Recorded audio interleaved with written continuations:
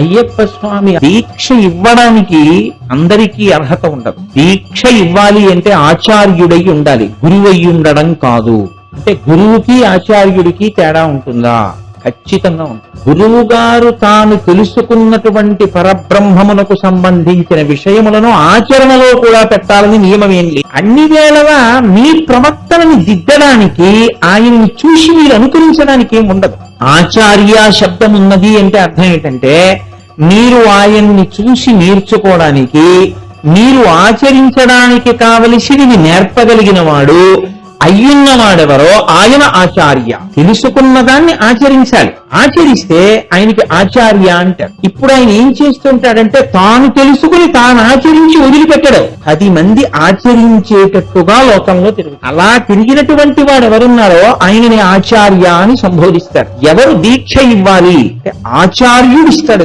గురువు ఎందుకు ఇవ్వడు? గురువు యొక్క ఆచరణ మీకు అందదు అసలు. కానీ ఆచార్యుడిగా కిందకి దిగినటువంటి గురువు ఎవరుంటాడో ఆయన ఆచరణ మీకు అందుతుంది అనుకరించడానికి.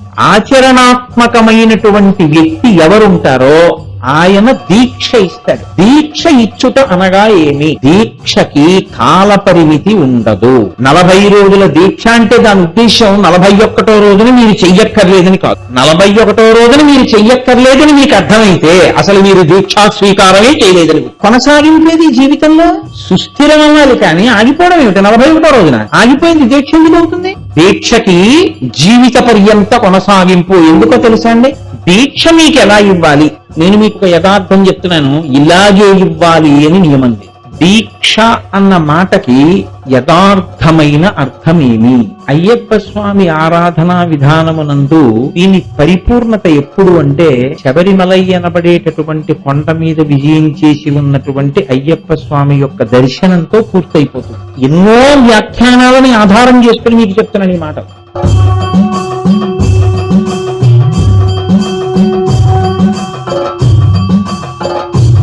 శ్రీ మహాగణాధిపతయే నమః. శ్రీ గురుభ్యో నమః. పార్వతీ పరమేశ్వరాభ్యాం నమః. లక్ష్మీనారాయణాభ్యాం నమః. శ్రీ కామాక్షి నమః. హరిహరపుత్ర పరబ్రహ్మణే నమః. హరి ఓం సభాయే నమః. పరమేశ్వర స్వరూపమైన సభకి నమస్కారం. అయ్యప్ప స్వామి వారి దీక్షలు స్వీకరించడంలో, అయ్యప్ప స్వామి యొక్క దీక్షలని చక్కగా చెయ్యడంలో, చేయించడంలో ఈ జిల్లా ఒక ప్రముఖమైనటువంటి స్థానాన్ని పొంది ఉంది. అందున ఎప్పుడూ కూడా దీక్షా స్వీకారం చేసినటువంటి వారికి అత్యంత సన్నిహితంగా మెలుగుతూ, వారందరికీ కూడా నిరంతరం బోధ చేస్తూ, వారిని సక్రమమైనటువంటి మార్గంలో నడిపించగలిగినటువంటి దక్షులైన గురువులు వీలు గురుస్వామి గారు, ఆ తర్వాత మరి దత్తాత్రేయ గురుస్వామి గారు, ఇప్పుడు చెప్పారు నటరాజ గురుస్వామి గారు. వీళ్ళందరూ కూడా అనేక మంది ఈ దీక్షితులందరినీ కూడా ఈ అయ్యప్ప స్వామి యొక్క పథంలో ఉన్న వాళ్ళని నడిపిస్తూ వస్తున్నారు. అటువంటి వారి ముందు యథార్థానికి నేను అయ్యప్ప స్వామి యొక్క దీక్ష గురించి మాట్లాడడం మహాసాహసమే అవుతుంది. ఎందుకంటే వారికి తెలిసున్న దానికన్నా, వారు చెప్పిన దానికన్నా చెప్పడానికి నా దగ్గర ఏముంటుంది కనుక. అయినా వారు ఒక పెద్దరికం ఇచ్చారు. నువ్వు 4 మాటలు చెప్పబోయి అన్నారు. నేను అనుకున్నాను, ఇన్ని రోజులుగా అయ్యప్ప స్వామి ఇక్కడ కార్యక్రమాలు చేయిస్తున్నారు కదా, 2 రోజులు నా గురించి మాట్లాడని అయ్యప్ప స్వామి ఆదేశించి నన్ను తరింప చెయ్యడానికి ఆయనే మాట్లాడమని ఆదేశించారు అని స్వీకరించారు. కాబట్టి ఎవరు మాట్లాడమన్నారో వారు మాట్లాడిస్తారు. నాది ఏమి ప్రమేయం? నేను ఈ మైక్ ఎలా కూర్చుందో అలా నేను కూర్చునేవాడనంతే. కాబట్టి నేనేది పలికినా అది ధర్మశాస్త్ర పలికినట్టే తప్ప నేనంటూ ప్రత్యేకంగా పలకడానికి నాకు ఒక అస్తిత్వం, ఈశ్వరుడు గురించి చెప్పగలిగినంత గొప్పతనం ఉన్నవాడను నేనేం కాను. సరే, అయ్యప్ప స్వామి యొక్క వైభవము, ఆ దీక్ష, శిష్య పరంపర, ఆ దీక్షా విధానం, వీటి గురించి 4 మాటలు చెప్పు అన్నారు. ఈ అయ్యప్ప స్వామి ఆరాధనా విధానమునందు దీని పరిపూర్ణత ఎప్పుడు అంటే, శబరిమలై అనబడేటటువంటి కొండ మీద విజయం చేసి ఉన్నటువంటి అయ్యప్ప స్వామి యొక్క దర్శనంతో పూర్తయిపోతుంది ఆ దీక్ష. ఆయన దర్శనం కోసమని స్వీకరిస్తారు ఈ దీక్షని. ఎందుకంటే ఈ దీక్షకి పరిసమాప్తి ఎప్పుడు అంటే ఆయన దర్శనంతో. అప్పుడు ఆయన దర్శనానికి వెళ్ళడానికి ఈ కార్యక్రమం అంతా చేయవలసి ఉంటుంది, కొన్ని నియమములను ఆచరించవలసి ఉంటుంది. దానిని దీక్ష అంటారు. అసలు దీక్ష అన్న మాటకి యథార్థమైన అర్థమేమి అంటే, దాన్ని చెప్పగలిగిన వాడు లోకంలో ఒక్క అమరసింహుడు. ఎందుకంటే ఆయన జన్మతః జైనుడు. ఆయనకి సనాతన ధర్మం అంటే కోపం. సనాతన ధర్మానికి వ్యతిరేకంగా పుస్తకాలు రాయాలని ఆయన కోరిక. నేను మీకు ఒక మాట చెప్తే మీరు ఆశ్చర్యపోతారు.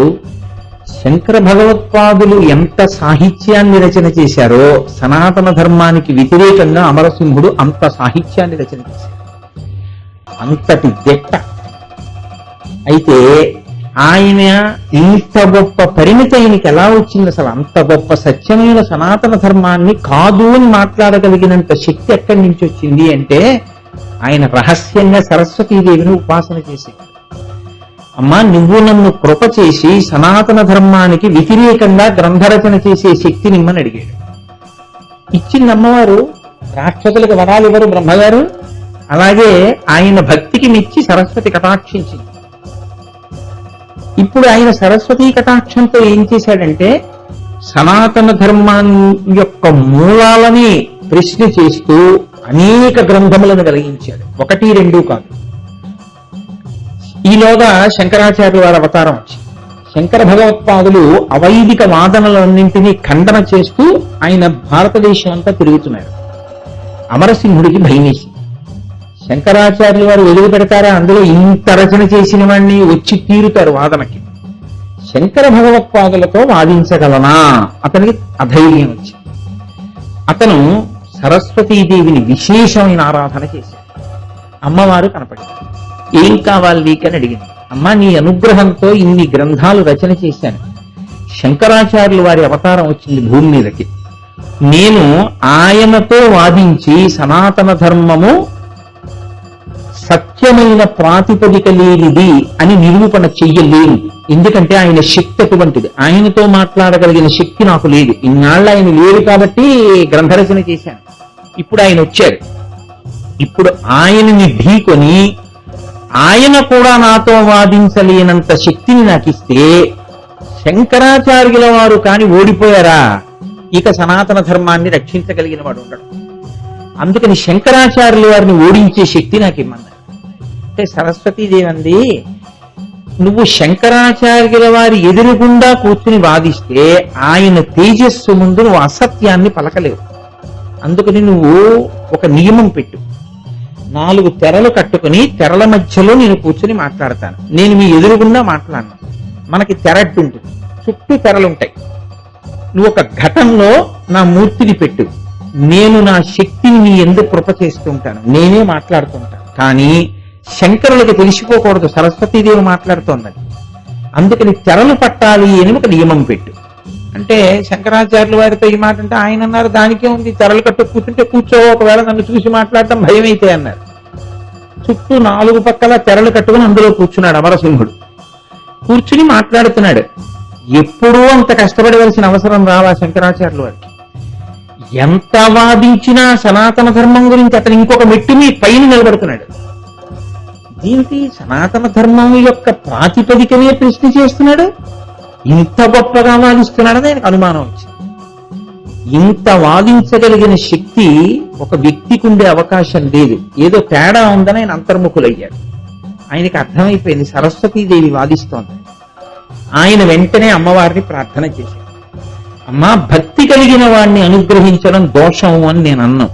కానీ ఇప్పుడు నీ అనుగ్రహం దేనికి పనికొస్తోంది అంటే, కొన్ని వేల మంది తాగవలసినటువంటి సరోవరంలో ఉన్నటువంటి నీటిని విషమయం చేయడం ఎటువంటిదో, అలా కొన్ని కోట్ల మందిని ఉద్ధరించవలసినటువంటి సనాతన ధర్మాన్నే పాడు చేయాలని తను చూస్తున్నాడు. కాబట్టి నీ అనుగ్రహం ఇప్పుడు సరిగ్గా ప్రసరించే అవకాశం లేదు. కాబట్టి తల్లి, నీవు అమరసింహుడి పట్ల అనుగ్రహించి నువ్వు మాట్లాడతావో, అమరసింహుడి పనుపున మాట్లాడటం మానేస్తావో నువ్వే తెలుసు. నీ చేతిలో నేను ఓడిపోతే నాకు తెలుసు నీ చేతిలో నీ దగ్గర గెలవగలిగిన వాడు ఉండడు, నువ్వే పలకాలి, నువ్వే ఎదురు తిరిగితే. కానీ ఆ ఓటమి నాది కాదు, సనాతన ధర్మపు వేళ్లే కదిలిపోతాయి. అపాత్రుడికి సరస్వతీ కటాక్షం ఇచ్చి పాడు చేస్తావో, అపాత్రుడికి సరస్వతీ కటాక్షాన్ని ఉపసంహారం చేసి సనాతన ధర్మాన్ని నిలబెడతావో నీ ఇష్టం. వెంటనే ఘటంలోంచి సరస్వతీదేవి అదృశ్యం. ఆవిడ అదృశ్యం అయిపోగానే తెరల కింద పడిపోయింది. తెరల కింద పడిపోగానే అమరసింహుడికి తెలిసి వెళ్ళిపోయింది సరస్వతీదేవి. మనం శంకరాచార్యుల వారితో మాట్లాడలేం. ఆయన నాతో మాట్లాడుతూనే ఏదో ప్రార్థన చేశారు సరస్వతీదేవిని. ఆయన ప్రార్థనలకి అమ్మవారు మన్నించింది, వెళ్ళిపోయింది. వెంటనే ఆయన వాదించకుండా ఓటమిని అంగీకరించారు. అప్పుడు నిలబడిందండి సనాతన ధర్మం. సామాన్యమైన విషయం కాదు. శంకరులు ఈ జాతికి ఎంత కృప చేశారనుకుంటున్నారు? శంకరాచార్యుల వారి ఇలా బయటికి వెళ్ళగానే ఇక నేను శంకరాచార్యుల వారి దగ్గరే ఓటమి అంగీకరించిన తరువాత నేను సనాతన ధర్మానికి వ్యతిరేకంగా రాసిన పుస్తకాలు ఎందుకు పనికొస్తాయి అని అతను ఒక్కొక్క పుస్తకాన్ని అగ్నిగుండంలో వేసేస్తున్నాడు. అన్ని పుస్తకాలు కాలిపోయి ఇది శంకరాచార్యుల వారికి తెలిసి మళ్ళీ వెనక్కి వచ్చారు. ఆయన గభాలను చేపట్టుకుని అన్నారు, నువ్వు చెప్పింది తప్పు కావచ్చు, కానీ నీ వాదనలో తెలివితేటలున్నాయి, నీ వాదనలో సృజనాత్మక శక్తి ఉంది, నీ వాదనలో సరస్వతీ కటాక్షం ఉంది. రేపు జనులకు అమరసింహుడు ఇంత గొప్పగా వాదించాడని తెలియాలి కదా, అది మంచో చెడో మొత్తానికి ఇంత బాగా వాదించాడని. ఎందుకు అటువంటి పని చేశావు? ఇది శంకరుల కారుణ్యం అంటే. ఎందుకు కాల్చేశావు అని ఆఖరి పుస్తకాన్ని అగ్నిహోత్రంలో వేస్తుంటే అమరసింహుడు చేయి పట్టుకున్నారు, వెయ్యొద్దని. సంస్కృతంలో ప్రతి పదానికి కూడా యథార్థమైన అర్థం ఎలా వస్తుందో సరస్వతీదేవి అమరసింహుడి ద్వారా పలికించినటువంటి పుస్తకమే అమరకోశం. అందుకే ఏదైనా ఒక మాటకి ప్రామాణ్యత చెప్పవలసి వస్తే దాని యథార్థమైన అర్థమేది స్వీకరించవలసి వస్తే అమరకోశాన్ని ఆధారం చేసుకుంటారు. అటువంటి అమరకోశం దీక్ష అన్న మాటని రెండుగా వ్యాఖ్యానం చేస్తారు. అందులో దీక్షాస్య జాయతే దీక్షితః, దీక్షాస్య జాతస్య దీక్షితః. దీక్షను కలిగిన వాడెవరో ఆయనని దీక్షితుడు అంటారు. అంటే ఇప్పుడు దీక్ష అనగా ఏమి? యజ్ఞ ప్రారంభమునందు గురువు చేత ఈయబడిన నియమానుసారమైన ఆచారపూర్వకమైనటువంటి ఆదేశముల యొక్క వరుసకు దీక్ష అని పేరు. మీకు అర్థమైందో లేదో నాకు తెలీదు, కొంచెం నేను వివరణ చేసే ప్రయత్నం చేస్తాను. ఆచార్యుడు ఇస్తాడు దీక్షని తప్ప దీక్ష ఇవ్వడానికి అందరికీ అర్హత ఉండదు. ఇది జ్ఞాపకం పెట్టుకున్నప్పుడు దీక్ష ఇవ్వచ్చో ఇవ్వకూడదో ఎవరికి వాళ్ళు పరిశీలన చేసుకోవచ్చు. తాను ఆచార్యుడను అయ్యాను అనుకుంటేనే దీక్ష ఇవ్వవలసి తప్ప కేవలం శబరిమల ఈ దర్శనాన్ని ఆధారంగా తీసుకుని దీక్షలు ఇవ్వడం అన్నది శాస్త్ర మర్యాద కాదు. నేను వేదం ఏం అంగీకరించిందో అదే మాట్లాడతాను, ఇంకోలా మాట్లాడటం నాకు చేత నేను మాట్లాడతాను. దీక్ష ఇవ్వాలి అంటే ఆచార్యుడై ఉండాలి, గురువై ఉండడం కాదు. అంటే గురువుకి ఆచార్యుడికి తేడా ఉంటుందా? ఖచ్చితంగా ఉంటుంది. ఎంత సన్నటి తేడా ఉంటుందంటే గురువుది ఆచార్యుడిది ఒక్కటే స్థానం. గురుర్ బ్రహ్మ గురుర్ విష్ణు గురుర్దేవో మహేశ్వర గురు సాక్షాత్ పరబ్రహ్మ తస్మై శ్రీ గురవే నమః. లోకంలో ఇదో విచిత్రం ఏంటంటే క్రైస్తవులలో క్యాథలిక్కులు ప్రొటెస్టెంట్లు అని ఉంటారు, కానీ వాళ్ళకి ఈశ్వరుడు మాత్రం యేసుక్రీస్తు. మహమ్మదీయులలో సున్నీలు సూఫీలు అని ఉంటారు, కానీ వాళ్ళకి ఈశ్వరుడు మాత్రం అల్లా. బౌద్ధులలో హీనయానులు మహాయానులు అని ఉంటారు, కానీ వాళ్ళకి ఈశ్వరుడు మాత్రం బుద్ధుడు. సనాతన ధర్మంలో వైష్ణవులకు విష్ణువు, శైవులకు శివుడు. అక్కడ వస్తుంది సమస్య. శైవులు ఏమంటారంటే మా శివుడికి భక్తుడు విష్ణువు అంటారు, వైష్ణవులు ఏమంటారంటే మా విష్ణువుకి భక్తుడు శివుడు అంటారు. ఎవరి ఈశ్వరుణ్ణిగా వాళ్ళు ఆరాధన చేస్తారు. ఇవి ఎక్కడ కలిపి ఒకటే పరబ్రహ్మమని చెప్పాలి అంటే అది గురువు దగ్గరే సాధ్యం. గురువు గారి దగ్గరికి వచ్చేటప్పటికి మాత్రం గురువు గారు శివుడు, గురువు గారు బ్రహ్మ, గురువు గారు విష్ణువు. గురుర్బ్రహ్మ గురుర్విష్ణు గురుర్దేవో మహేశ్వర గురు సాక్షాత్ పరబ్రహ్మ తస్మై శ్రీ గురవే నమః. కఠోపనిషత్తు విష్ణువు పరబ్రహ్మ ఉంటుంది, మాండూక్యోపనిషత్తు శివుడు పరబ్రహ్మ. అలా ఎందుకంటాయి అంటే ఉన్న ఒక్క పదార్థమే ఇన్నిగా చలామణి అవుతుంది.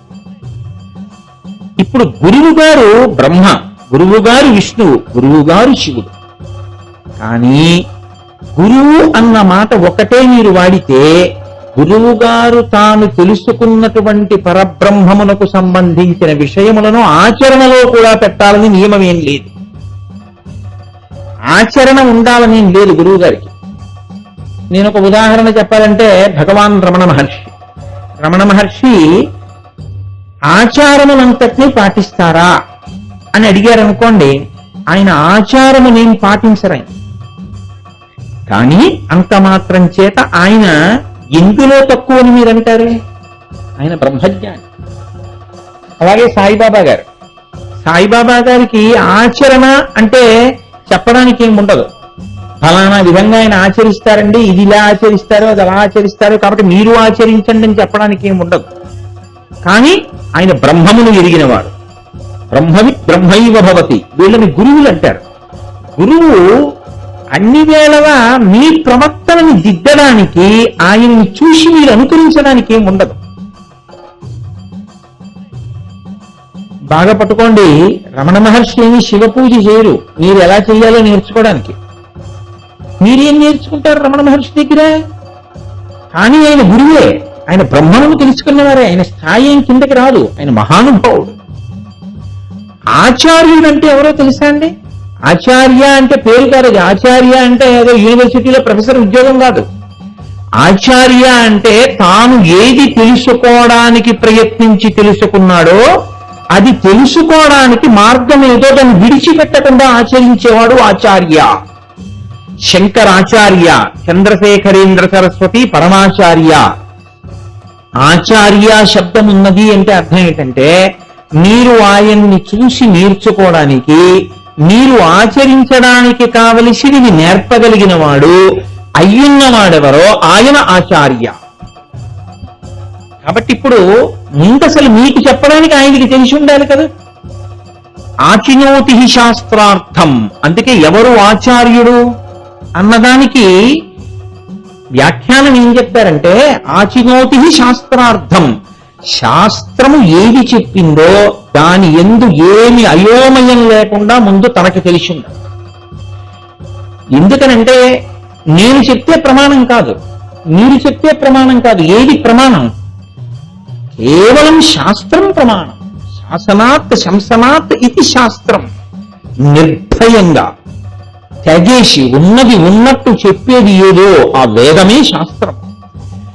ఆ వేదము బాగా శాస్త్రమును తెలుసుకున్నవాడై ఆచినోతి శాస్త్రార్థం తెలుసుకుని దాన్ని తీసుకొచ్చి ఆచరణలో పెట్టినటువంటి వాడు. కేవలము తెలుసుకుని ఆచరణ మాత్రం చేయలేదనుకోండి, అప్పుడు ఆయన ఆచార్యుడు కాడు. తెలుసుకున్న దాన్ని ఆచరించాలి. ఆచరిస్తే ఆయనకి ఆచార్య అంటారు. ఇప్పుడు ఆయన ఏం చేస్తుంటాడంటే తాను తెలుసుకుని తాను ఆచరించి వదిలిపెట్టడు, 10 మంది ఆచరించేటట్టుగా లోకంలో తిరుగుతాడు. అలా తిరిగినటువంటి వాడు ఎవరున్నారో ఆయనని ఆచార్య అని సంబోధిస్తారు. ఎవరు దీక్ష ఇవ్వాలి అంటే ఆచార్యుడు ఇస్తాడు దీక్ష. గురువు ఎందుకు ఇవ్వడు? గురువు యొక్క ఆచరణ మీకు అందదు అసలు. భగవాన్ రమణులు కూర్చుంటే తొడల కింద తేళ్లు చేరుతాయి, తేళ్లు కొరికేస్తుంటే ఆయన కదలరు, సమాధిలో ఉంటారు. ఏది మీరు కూర్చోండి, మా గురువు గారు కూర్చున్నారు కదండి నేను కూర్చుంటానని మీరు కూర్చోగలరా? మీరు కూర్చోలేరు. గురువు యొక్క ప్రవర్తనని మీరు అనుకరించలేరు, ఆయన ఆచరణ మీకు అందదు. కానీ ఆచార్యుడిగా కిందకి దిగినటువంటి గురువు ఎవరుంటాడో ఆయన ఆచరణ మీకు అందుతుంది అనుకరించడానికి. ఎందుకు అందుతుంది అంటే ఆయన కావాలని కిందకు వస్తాడు. కావాలని కిందకొచ్చి ఆయన అందరికీ అర్థమయ్యేటట్టుగా మీరు కూడా అనుకరించడానికి వీలుగా తాను ఆచరించి చూపిస్తుంటాడు. ఇంకా మీకు శాస్త్రం యొక్క అవసరం అంతే ఉండదు. గురువు గారు ఏం చేస్తున్నారు తెలుసుకున్న గురువు గారు కిందకి దిగొచ్చి ఏం చేస్తున్నారు మన కోసం మీరు చూస్తే అదే మీరు చేయవలసి. కాబట్టి ఇప్పుడు ఆచరణాత్మకమై తాను తెలుసుకుని లోకమునందు ఆచరణగా తీసుకొచ్చేటటువంటి స్థితిలో ఉన్నవాడెవరో ఆయన ఆచార్య. కాబట్టి ఇప్పుడు ఆచరించడానికి ఏముండాలి? ధర్మం ఉండాలి. అసలు ముందు ధర్మాన్ని ఆచరిస్తే ఆయన ఆచార్య. అసలు ధర్మం ఆచరించడానికి ఏమీ లేకుండా యూనివర్సిటీలో ఆచార్య. ఆచార్య ఆచరించడానికి సంబంధించిన విషయం. కాబట్టి ఆచరణాత్మకమైనటువంటి వ్యక్తి ఎవరుంటారో ఆయన దీక్ష ఇస్తాడు. దీక్ష ఇచ్చుట అనగా ఏమి మీరు బాగా పట్టుకోవడానికి నేను మీకు ఒక తేలిక ఉపమానం చెప్తాను. మీ ఇంట్లో కరెంట్ అంతటా ఉంటుంది, చీకటి ఉంది. ఇప్పుడు మీకు లైట్ కావాలి. కరెంట్ ఉంది, బల్బ్ ఉంది, చీకటి ఉంది. ఇప్పుడు ఆ చీకటి పోవాలంటే బల్బు వెలగాలి. మీరు ఏం చేయాలి? స్విచ్ వేయాలి. స్విచ్ వేస్తే వెంటనే ఏమవుతుంది? బల్బు వెలుగుతుంది. ఇప్పుడు నాకు ఒక మాట చెప్పండి, ఈ బల్బు ఎంతసేపు వెలుగుతుంది? ఎంతసేపు అయినా వెలుగుతుందనే మీరు చెప్పాలి కదండి. దీక్షకి కాల పరిమితి ఉండదు. మీకు ఇచ్చినప్పుడు ఏదో ఒక 40 రోజులు మండల దీక్ష అని ఎందుకు ఇస్తారంటే దానికి మీరు అలవాటై మీరు అలా చెయ్యడంలో సుస్థిరత్వాన్ని పొందడానికి. గురువు గారితో కలిసి తిరిగి గురువు గారిని ప్రశ్నలు వేసి ఆచార్యుడి దగ్గర మీరు అన్నీ తెలుసుకుని బాగా ఊడ్చుకోవడానికి కావలసినటువంటి వ్యవస్థకి 40 రోజుల మండలం. ఆ సమయం చాలు. ఆ తర్వాత ఏం చేస్తారంటే ఇక మీరు అల్లుకోగలరు జీవితంలో. అంతేకాని 40 రోజుల దీక్ష అంటే దాని ఉద్దేశం 41వ రోజున మీరు చెయ్యక్కర్లేదని కాదు. 41వ రోజున మీరు చెయ్యక్కర్లేదని మీకు అర్థమైతే అసలు మీరు దీక్షా స్వీకారమే చేయలేదని, అసలు వాడు దీక్ష తీసుకోలేదు. ఎందుకని అంటే కొనసాగించేది జీవితంలో సుస్థిరం అవ్వాలి, కానీ ఆగిపోవడం ఏమిటి? 41వ రోజున ఆగిపోయింది దీక్ష ఎందుకు అవుతుంది? అవదు. ఆచార్యుడు ఒకసారి దీక్ష ఇచ్చాడంటే అది జీవిత పర్యంత దీక్ష. 40 రోజులు దేనికి పరిమితో తెలుసా అండి? ఆయనతో కలిసి మీరు తిరిగినటువంటి అవధి 40 రోజులు, ఆయన దగ్గర మీరు నేర్చుకున్నది 40 రోజులు, మీకు ఆచార్యుడు అందుబాటులోకి వచ్చింది 40 రోజులు. ఆ తర్వాత ఆచార్యుడు మీకు అందుబాటులో ఉండొచ్చు, వేరొకరికి అందుబాటులో ఉండొచ్చు, కానీ ఆ అందుకున్నది మాత్రం ఇంకా మీరు చేసుకుంటారు. ఇక మీరు బయటికి రాలేరు. అంత సంతోషంగా దాంట్లో నిలబడగలిగితే దానికి దీక్ష అని పేరు.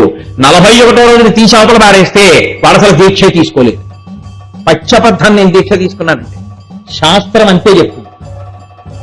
దీక్షకి జీవిత పర్యంత కొనసాగింపు. ఎందుకో తెలుసా అండి? దీక్ష అన్న మాట మీరు ఎప్పుడు వాడినా అది మీ అంత మీకు భాషించేది కాదు. దీక్ష స్వయం భాష కాదు. దీక్ష అంటే ఒకరిస్తారు. ఎవరివ్వాలి? ఆచార్యుడే ఇవ్వాలి. ఆచార్యుడిచ్చినది ఏదో అది దీక్ష. కాబట్టి ఇచ్చేవాడు ఉండాలి, పుచ్చుకునేవాడు ఉండాలి. ఇచ్చేవాడు పుచ్చుకునేవాడు ఉంటే మధ్యలోకి వచ్చిన దాన్ని దీక్ష అని పిలుస్తుంది శాస్త్రం. నేను ఎన్నో వ్యాఖ్యానాలని ఆధారం చేసుకుని మీకు చెప్తున్నాను ఈ మాట. అందుకే దీక్ష మీకు ఎలా ఇవ్వాలి నేను మీకు ఒక యథార్థం చెప్తున్నాను. ఇలాగే ఇవ్వాలి అని నియమం. నేను పరమసత్యం చెప్తున్నాను. దీక్ష ఎన్ని వేల మంది దీక్ష తీసుకున్నా ఇలాగే దీక్ష ఇవ్వాలి అన్న నియమము లేదు. ఎందుకో తెలుసా అండి? మీరు ఏదో పెట్టుకుంటే అది మీరు పెట్టుకున్న నియమం అంతే. శాస్త్రం ప్రమాణంతే. మీరెవరు ప్రమాణం చెప్పడానికి? వేదం ప్రమాణం, శాస్త్రం ప్రమాణం. వేదం చెప్తోంది ఎలా ఉంటుందో దీక్ష అంటే. దీక్ష అనేక రకాలుగా ఉంటుంది. నయన దీక్ష అనొక దీక్ష. నయన దీక్ష అంటే నీకు ఇచ్చినట్లు నీకు తెలియదు కూడా. అసలు మీలో ప్రసరణ ప్రారంభమైపోతుంది. ఎలా ప్రారంభమైపోతుందో తెలుసా అండి? నాకు చాలా అనుగ్రహం కలిగింది అనుకోండి ఒకరి పట్ల, వీరు వృద్ధిలోకి రావాలి అని నేను అనుకున్నాను అనుకోండి, నేను పరిపూర్ణంగా పరమేశ్వరుణ్ణి ప్రార్థన చేసి వీరికి ఇక నుండి ఈశ్వరానుగ్రహము ప్రారంభమగుగాక, వీరి ప్రవర్తన యందు మార్పు వచ్చుగాక అని నేను ఒక్కసారి కళ్ళల్లో కళ్ళు పెట్టి కూడా చూడక్కర్లేదు. గురు కటాక్షము అన్న మాటకు అర్థం అదే. కటాక్షము అంటే కడగంటి చూపు. నేను గట్టిగా ప్రార్థన చేసి ఈశ్వరుణ్ణి నేను ఇలా చూశాననుకోండి ఒకసారి, మీలో మార్పు ప్రారంభమైపోతుంది. దాన్ని నయన దీక్ష అంటారు. అలాగే స్పర్శ దీక్ష, ముట్టుకునిస్తారు. దీన్ని నయన దీక్షకి ఉదాహరణగా చేపని చెప్తారు, దాన్ని మత్స్య దీక్ష అంటారు. ముట్టుకుని చేత్తో ముట్టుకునిస్తారు. ఒకసారి శిష్యుడి యొక్క శరీరాన్ని తాకుతారు. అలా తాకి దీక్షనిస్తే దానికి కుక్కుట దీక్ష, కోడి రూపంలో ఇచ్చినటువంటి దీక్ష అని పేరు. మూడవది, అసలు మీకు గురువు గారు ఇస్తున్నారన్న విషయం మీకెప్పుడు తెలియదు. మీకు ఆ శక్తి ఎక్కడి నుంచి వస్తోందో మీకు తెలియనే తెలియదు. ఎందుకో తెలుసా అండి? గురువు గారు ఎక్కడో కూర్చుని ఈశ్వరుణ్ణి ప్రార్థన చేసి ఒకసారి శిష్యుణ్ణి స్మరణ చేసి ఆ శిష్యుణ్ణి ఉద్ధరించమని, కాపాడమని ఈశ్వరుణ్ణి ఆయన అక్కడి నుంచి ప్రార్థన చేస్తాడు. అంతే, ఇక్కడ ప్రారంభం అవుతుంది మార్పు. లేకపోతే జగద్గురు అన్న మాటకు అర్థం లేదు. శంకర భగవత్పాదులు సముద్రం దాటరు. ఇక్కడ ఉన్న జగత్తులో ఎక్కడున్నా అందుకుంటుంది. ఎందుకు అందుకుంటుందో తెలుసా అండి? వాళ్ళకి తెలుస్తుందంటే ప్రపంచం నలుమూలలో ఎక్కడ ఉండి నమ్మండి గురువుని, గురువుకి తెలుస్తుంది వాడు నమ్మి ఉన్నాడు నన్నని. ఇక్కడ స్మరిస్తాడు గురువు గారు, అంతే, అక్కడ అందుకుంటుంది ఈశ్వరానుగ్రహం. స్మరణ దీక్ష, అసలు దీక్ష ప్రారంభమైంది ఈ 3 రూపాల్లోనే. స్మరణ దీక్షని కమట దీక్ష అంటే తాబేటి దీక్ష అంటారు. ఈ 3 రకాలైన దీక్షని ప్రపంచంలో ప్రారంభం చేసిన మొట్టమొదటి గురుస్వరూపం పరాశక్తి. ఎందుకంటే లోకాన్ని ఉద్ధరించాలి కాబట్టి, లోకాన్ని శివుడితో కలపాలంటే ఆచార్య కలపాలి గురువుగా. ఆవిడే మొట్టమొదట గురుస్వరూపాన్ని పొందింది. అందుకే గురుమండల రూపిణి, దక్షిణామూర్తి రూపిణి. ఆవిడ గురువుగా మారడానికే మీనాక్షి, కామాక్షి, విశాలాక్షి అయింది. మీనాక్షి అంటే చాప, ఇదే నయన దీక్ష. చాప ఏం చేస్తుందో తెలుసా అండి? గుడ్లు పెట్టేస్తుంది. ఈ గుడ్లు నీటి మీద తేలి వెళ్ళిపోతుంటాయి. చాప వెళ్ళి పొదగదు. చాప తాను ప్రవాహ వేగానికి అనుగుణంగా ఈదుతూ నీటి మీద తేలి వెళ్ళిపోతున్న తన గుడ్ల వంకలా చూస్తుందంటే, నా గుడ్లు నీటి మీద తేలి వెళ్ళిపోతున్నాయి, ఇవి పిల్లలగుగాక అని కోరుకుంటుంది మనసులో. అది ఆ ప్రార్థన చేస్తూ చూసినంత మాత్రం చేత చాప గుడ్లు పిల్లలవుతాయి. కాబట్టి ఆవిడ ఎక్కడి నుంచైనా చూసి అనుగ్రహించడం మొదట తాను చూపించి కొంతమంది గురువులకు ఆ శక్తి ఇచ్చింది ఆవిడ. అదే ఆవిడ మీనాక్షి. అది మీనాక్షి తత్వం. అలాగే స్పర్శ దీక్ష, కుక్కుట దీక్ష, ముట్టుకునిస్తారు. ముట్టుకుని ఇచ్చేది సాధారణంగా ఎలా ఇస్తారంటే హస్తమస్తక సంయోగం అని. గురువు గారు చాలా ప్రసన్నుడైతే శిష్యుడి యొక్క బ్రహ్మస్థానంలో, బ్రహ్మరంధ్ర స్థానం దగ్గర తన అరచేతితో ముట్టుకుంటాడు. ఒక్క గురువు తనంత తాను ప్రసన్నుడైతే ఏకాంతంలో ముట్టుకుంటాడు. ముట్టుకుని ఈశ్వరుణ్ణి ప్రార్థన చేశాడు. ప్రార్థన చేసినప్పుడు గురువు గారిలో ఉన్నటువంటి తపశ్శక్తి కొంత శిష్యుల్లోకి వెళ్ళిపోతుంది. వెళ్ళిపోయి ఆయనలో ఈశ్వరానుగ్రహం మొదలవుతుంది. అది మహాత్యాగం. కాబట్టి హస్తమస్తక దీక్ష అంటారు. అంటే ఆయన హస్తంతో ఆయన తలని ముట్టుకుంటారు. ముట్టుకుని ఈయనలోని శక్తిని ఆయనలోకి పంపిస్తారు. అది హస్తమస్తక దీక్ష. ఇంకొక దీక్ష అత్యంత గౌరవమైన దీక్ష. అసలు అయ్యప్ప స్వామి దీక్ష చేసే వాళ్ళందరూ తెలుసుకు తీరవలసిన దీక్ష అది. దాన్ని ఏమంటారో తెలుసా అండి? పాదస్పర్శ దీక్ష. గురువు గారిని ఎప్పుడూ కూడా పూజా ప్రారంభంలో దీక్ష ఇచ్చినటువంటి గురువు గారి పాదాలు ఎలా ఉంటాయో ఫోటో పెట్టుకున్నట్టు ఉండాలి మనసులో. వాటిని పైకెత్తి తల మీద పెట్టుకుని గురువు గారు ఎత్తైన ఆసనం మీద కూర్చుని 2 పాదాలు తల మీద పెడితే శిష్యుడు ఇలా చేతిలో చెయ్యి వేసుకుని కూర్చుని ఊపిరి బిగబట్టకుండా మెల్లగా ఊపిరి తీసి వదులుతూ గురువు గారి 2 పాదములు తల మీద ఉన్నట్టుగా భావన చేస్తూ కదలకుండా కూర్చుంటే అపురూపమైనటువంటి అనుగ్రహం కలుగుతుంది. అందుకే శంకర భగవత్పాద అని పేరైంది.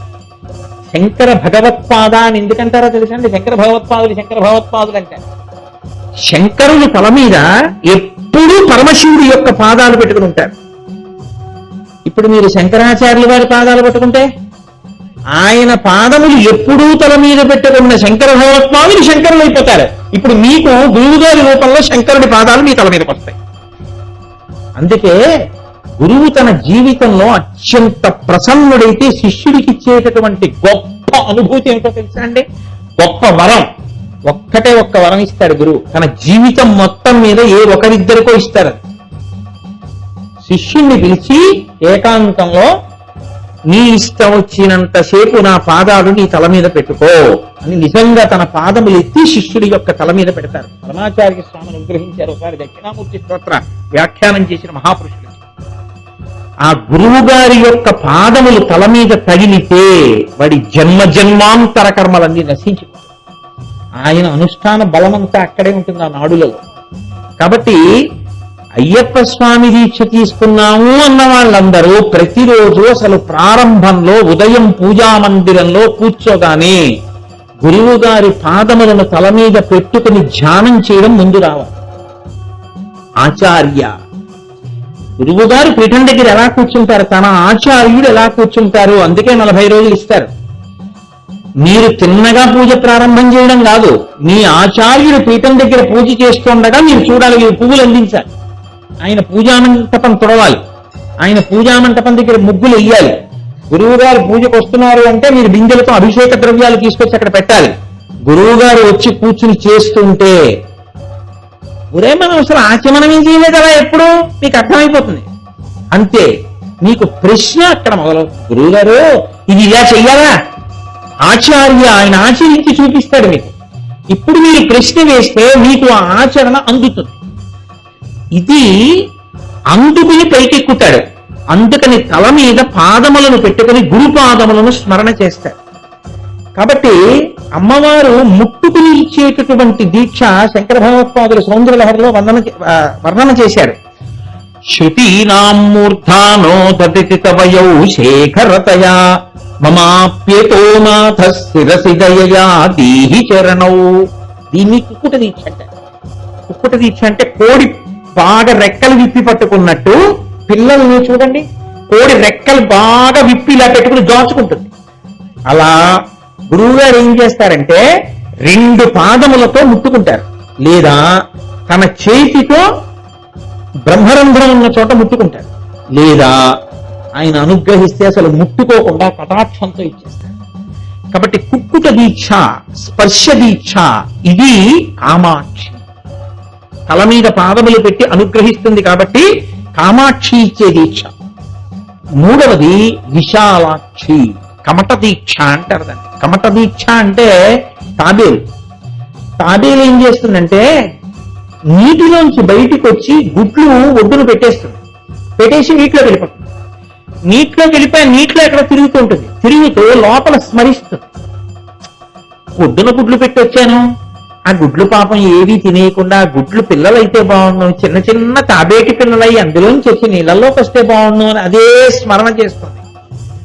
అలా స్మరణ గురువు గారు చేయడం వల్ల మీరు జ్ఞానమును పొందుతారు. గురువు గారి అనుగ్రహం వల్ల, గురువు గారి స్మరణల వలన శివానుగ్రహం మీకు కలుగుతుంది.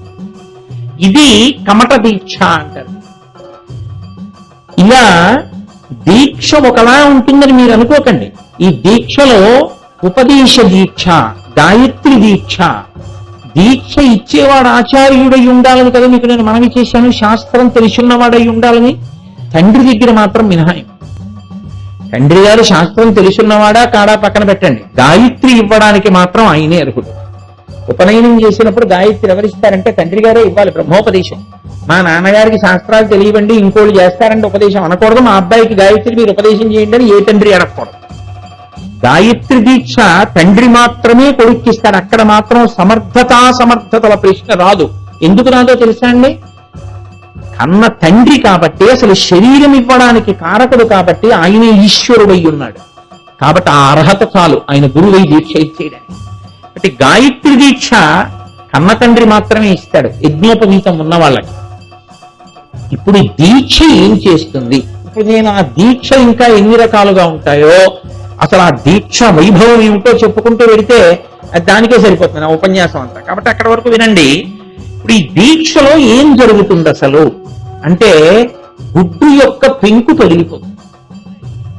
మీరు గుడ్డు తీసుకొచ్చి చేతిలో పెట్టుకుని కొంచెం ఇలా ఇలా అన్నా కూడా పెంకు పగిలిపోతుంది. కానీ లోపల పిండం తెల్లవదు. ఆ పిండం ఏమైపోతుందంటే ద్రవం కిందకి జారిపోతుంది. అదే గుడ్డు మీద పెంకు ఉండగా, గుడ్డులో పిండం ఉండగా, పక్షి ఆ గుడ్డుని తీసుకుని తన కడుపు కింద పెట్టుకుని తన పొట్టని గుడ్డు మీద ఆంచి తానలా కళ్ళు మూసుకుని ధ్యానం చేస్తూ కూర్చుంది. ఇప్పుడు ఆ పక్షి యొక్క పొట్ట వేడి గుడ్డు పెంకుకు తగిలి, గుడ్డు పెంకు వేడెక్కి ఆ వేడి లోపల ఉన్న పిండానికి తగిలితే లోపల ఉన్న పిండం పక్షి పిల్ల కింద మారడం మొదలుపెడుతుంది. మారి ఈ పెరిగిన పిల్ల ఏం చేస్తుంది? పెంకు పగలగడం ఎగిరిపోతుంది పక్షి. జ్ఞానము లోపల ఉండి అజ్ఞానమన్న పొర కప్పేసి ఉంటుంది. ఈ అజ్ఞానమన్న పొర ఎందుకు విచ్చిపోతుందంటే, గురువు గారి అనుగ్రహం అన్న వేడి కలిగిచ్చిపోతుంది. విచ్చిపోతే వాడు పక్షి అయిపోయి ఎగిరిపోతాడు. ద్విజహ అంటే 2 రెక్కలు ఉన్నవాడు. భక్తి జ్ఞానము లేదా భక్తి కర్మ అన్న 2 రెక్కలు పెట్టుకుని, ఆకాశ అంటే బ్రహ్మము, కాష్ అంటే అంతటా వ్యాపించి ఉండడం, అంతా వ్యాపించినటువంటి బ్రహ్మాన్ని భక్తితో కూడిన కర్మతో ఆరాధన చేస్తూ తిరుగుతాడు. ఈ స్థితి ఎక్కడి నుంచి వస్తుందంటే గురు సంపర్కం వల్ల వస్తుంది. గురువు గారి యొక్క అనుగ్రహం కలిగితే, గురువు గారి పక్కన ఉండడం అంటే గురువు గారిని మీరు విసిగించారనుకోండి ఏమవుతుందో తెలుసా అండి?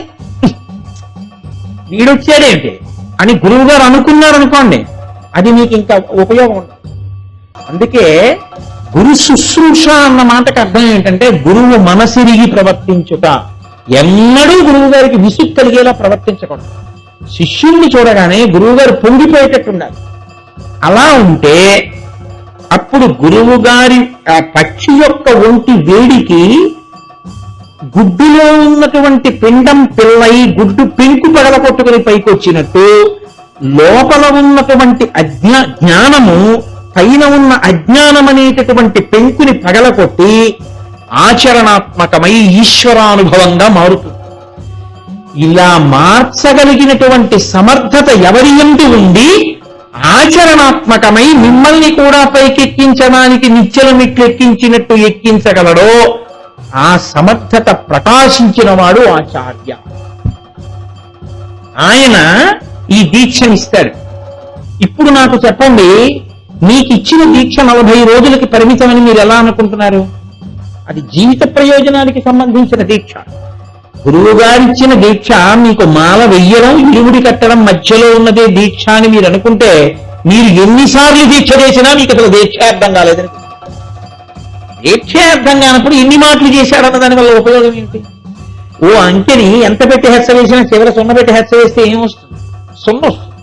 అసలు దీక్ష అంటే ఏమిటో తెలియని వాడు ఎన్నిసార్లు దీక్ష చేస్తే ఉపయోగం? అసలు దీక్ష అంటే ఏమిటో నీకు తెలుసా? నీకు ఆచార్య సంపర్కం అంటే ఏమిటో తెలుసా? ఆచార్యుడితో కలిసి ఉండడం అంటే ఏమిటో నీకు తెలుసా? ఎప్పుడైనా నువ్వు ఆచార్యుడిని ప్రశ్న వేశావా? ఆచార్యునితో కలిసి తిరిగి నీ ఉపాసనని ఏమైనా దిద్దుబాటు చేసుకున్నావా? పిండం పిల్లగా మారడంలో లోపల ఉన్న పిండము ఒక్కటే నిజమని పెట్టుకుంది. నాకు తల్లి ఎవరో దానికి తెలియదు, బయట ఉంది పక్షి, గుడ్డులో ఉంది పిండం.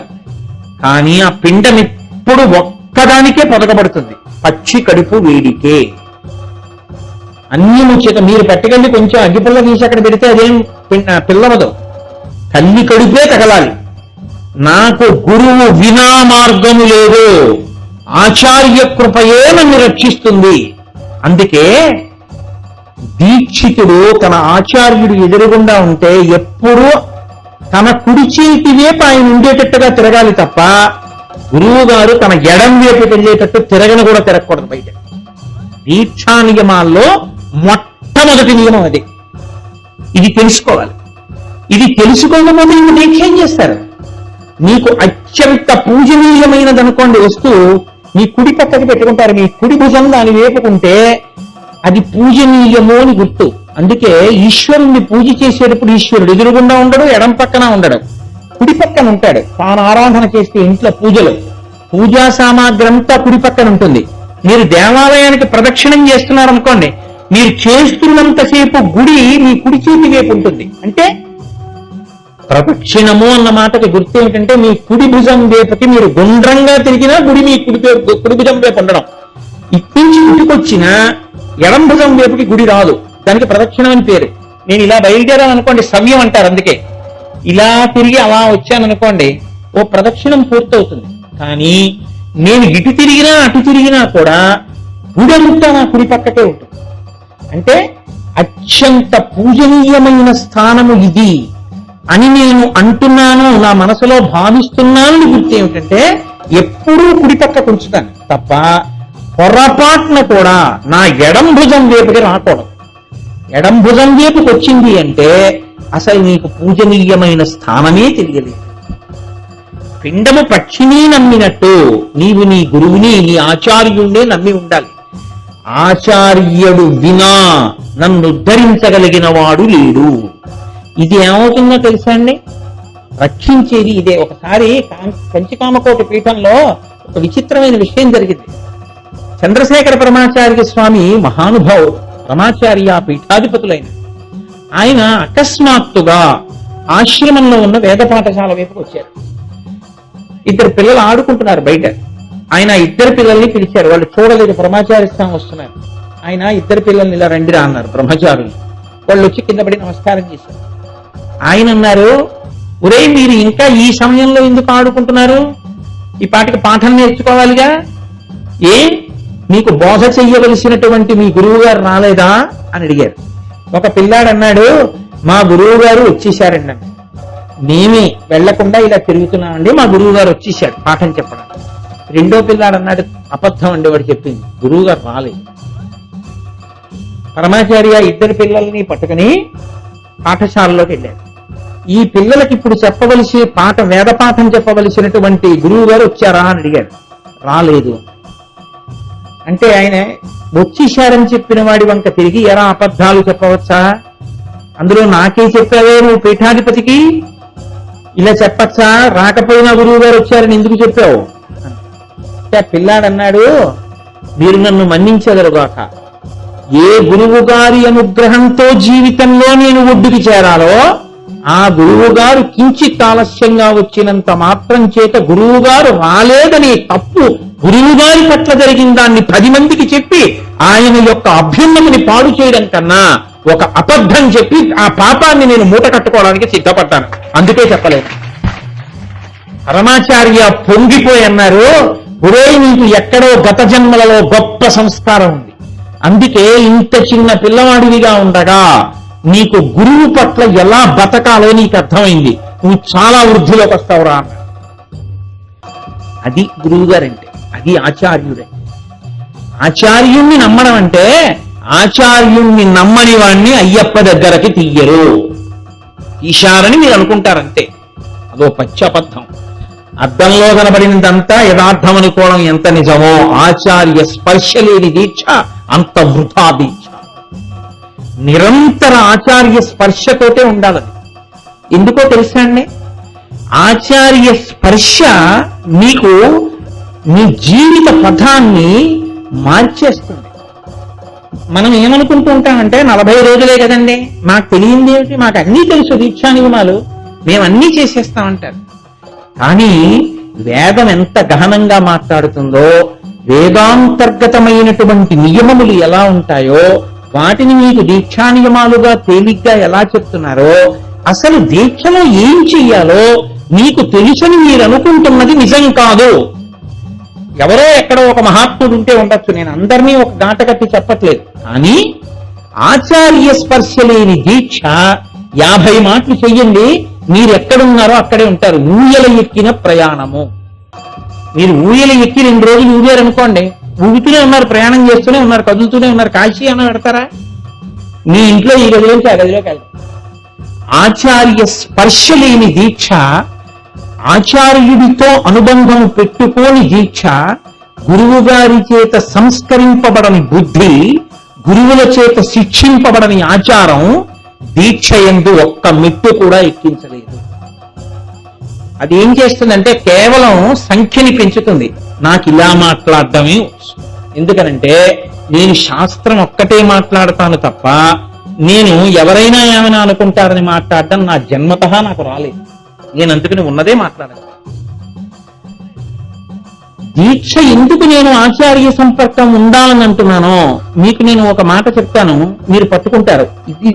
ఈ దీక్షా నియమాలనే గురువు గారు మీకు చెప్తారు. ఆచార్యుడు మీకు దీక్ష ఇచ్చే ముందే అసలు 2-3 రోజులు దగ్గర కూర్చోబెట్టుకుని ఇవన్నీ చెప్తారు మీకు. నాకు ఆయన పట్టుకొచ్చి వేలుగురు స్వామి కాగితం ఇస్తే నేను ఎంత సంతోషించాను. దండపాణి గురుస్వామి ఇరుముడి కట్టిన తర్వాత వెళ్ళడం ఎలాగో కూడా ఆయన నియమం చేసేవారు. కర్మలు ఉంటాయి, కర్మ చెయ్యకుండా ఏ మనిషి ఉండలేడు. కర్మ అంటే పని, ఏదో కార్యం. కర్మ 3గా ఉంటుంది. నిత్య కర్మ, నైమిత్తిక కర్మ, కామ్య కర్మ అని 3గా ఉంటుంది. నిత్య కర్మ ఇది ఒక్క గురువు గారి దగ్గరే తెలుసుకోగలుగుతారు. ఎందుకో తెలుసా అండి? నిత్యకర్మ ఎక్కడ ప్రారంభం? పని చేయడం అన్నది ఎప్పుడు మొదలు? నిద్ర లేవడంతో మొదలు కదండి. నిద్ర లేవడం అన్న మాటకు అర్థం ఏమిటి? మనసు పైకి లేవడం. ఆత్మలోంచి మనసు పైకి వస్తే ఇంద్రియముల్ని పనిచేయించడం మొదలు పెడుతుంది. అంటే కన్నుని విచ్చుకో అంటుంది, చెవిని వినడం మొదలుపెట్టు, ముక్కుని వాసన చూడడం మొదలుపెట్టు, నాలుకని రుచి చెప్పడం మొదలుపెట్టు, దీన్ని స్పర్శ చెప్పు, చేతిని కదులు, కాళ్ళని కదులు, ఆదేశాలు ఇస్తుంది. మనసు పనిచేయడం మొదలు పెడితే లేచాడని గుర్తు.